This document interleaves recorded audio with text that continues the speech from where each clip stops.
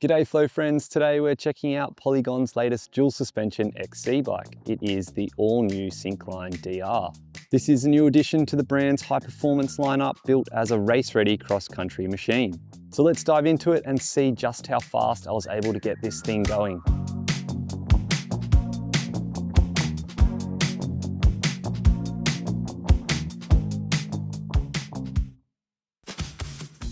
The Syncline DR fills an important gap in Polygon's lineup.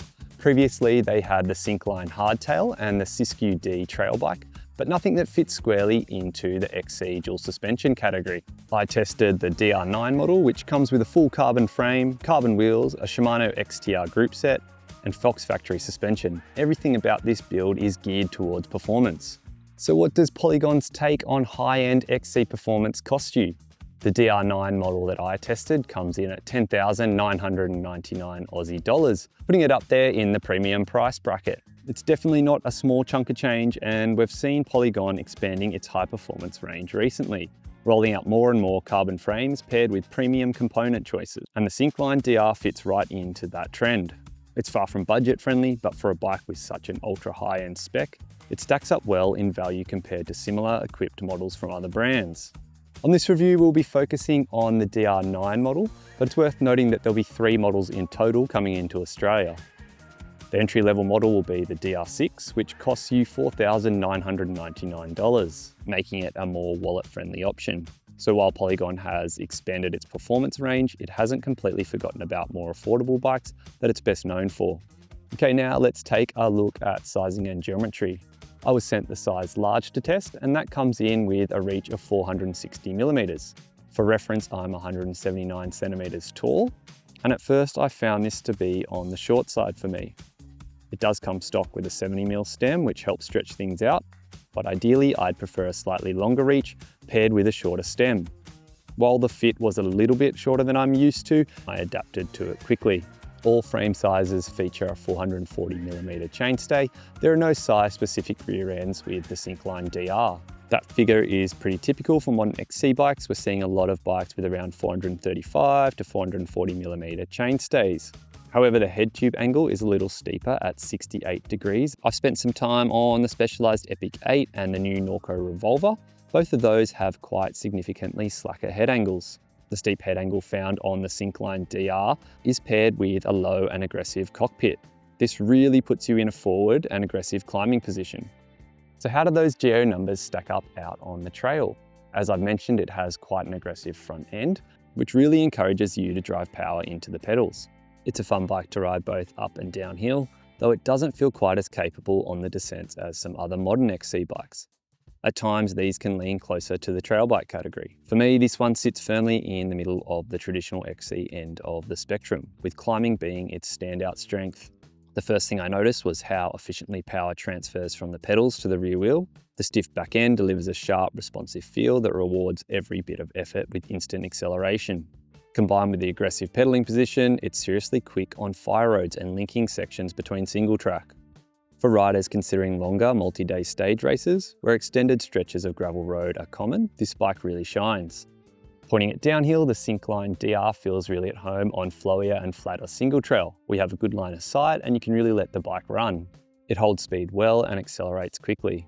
As it's quite lightweight, it also makes it very agile. When things got steeper and rougher, terrain that many XC bikes are now designed to handle, just take a look at some of the XC World Cup courses out there, they can get really gnarly. With this one, you do start to notice its climbing focused geometry when trails get a little more intense. Some of that comes down to the steep head angle, and some of that is influenced by the cockpit and the component choices. Small tweaks like adjusting the height of the cockpit setup and swapping out the tires could help balance its climbing and descending abilities, if that's what you're chasing. I'll touch on that more when we dive into the component highs and lows.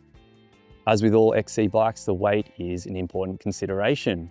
The Syncline DR9 build that I've been testing comes in at 11.3 kilograms. There's also some room to shave off weight if need be, with changes like an XC-specific wheel set, carbon cranks, or a lighter overall drivetrain. This could potentially bring the weight under the 11 kilogram mark. Okay, let's talk about some of the component highs and lows on the Syncline DR9. Being a bike that's geared towards high-end performance, you'd expect the Syncline DR9 to be loaded with premium parts, and it definitely delivers on that front. This build rolls on Raceface era carbon wheels, paired with their Volt hubs, offering 120 points of engagement. It also has Fox factory level suspension and Shimano's latest XTR Di2 wireless drivetrain and 2-piston XTR brakes. The Fox suspension package deserves a special mention. XC bikes don't have a lot of travel to work with, so it can be tricky to strike the right balance. The Fox 34 SL factory fork and the Float SL shock manage to feel impressively plush, given the small amount of travel they're working with.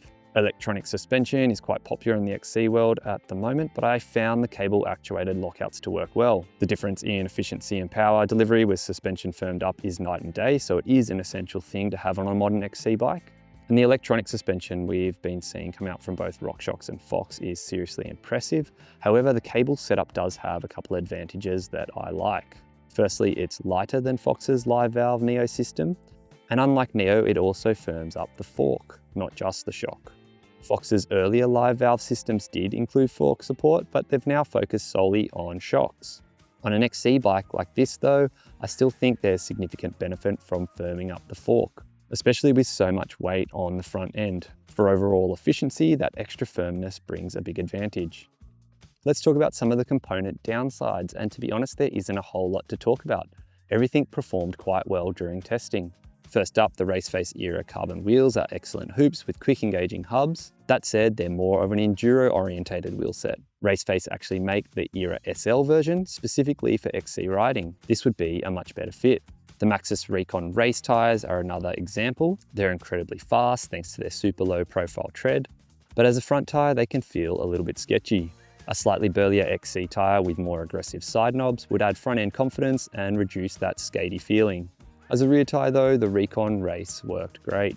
I would also consider swapping out the Shimano XTR Di2 drivetrain, which might sound like a bit of a strange choice. The reason for the potential swap would be for weight saving. The cable actuated version of XTR is considerably lighter. Looking at derailleur weights alone, the Di2 derailleur weighs 413 grams, whereas the mechanical XTR derailleur weighs just 243 grams. Overall, the Syncline DR9 build is undeniably high-end and race-ready straight out of the box. If you wanted to tone down the racy character of the bike to make it a bit more of an everyday XC rig, a few small changes to the cockpit, like swapping out the negative 20-degree stem for a 0-degree stem, and adding a higher rise bar would make the front end noticeably more stable and capable on the descents. Adding a beefier tyre, as I mentioned before, would also really help with this. One last thing that isn't a component downside, but one with the frame, it does use headset cable routing, which looks neat and tidy, but in the past we've had some issues with long-term test bikes when it comes to maintenance down the track. So wrapping things up, the Syncline DR fills an important gap in the Polygon lineup. And I think the brand has done a fantastic job with this dual suspension XC bike. The expansion of the high performance range from Polygon is something I'm pleased to see. While the price tag of the DR9 puts it in the premium bracket, it still offers loads of value compared to similarly spec'd bikes from other brands. Out on the trail, it's undeniably fast, particularly going uphill. Downhill, it's not the most forgiving XC bike out there. Some competitors are more capable on the descents, but it's not far behind. I hope you've found this review helpful. If you're keen to learn more, check out the link below. We have a full written review there up on the site. Thanks for watching, and we'll see you next time, or better yet, out on the trails.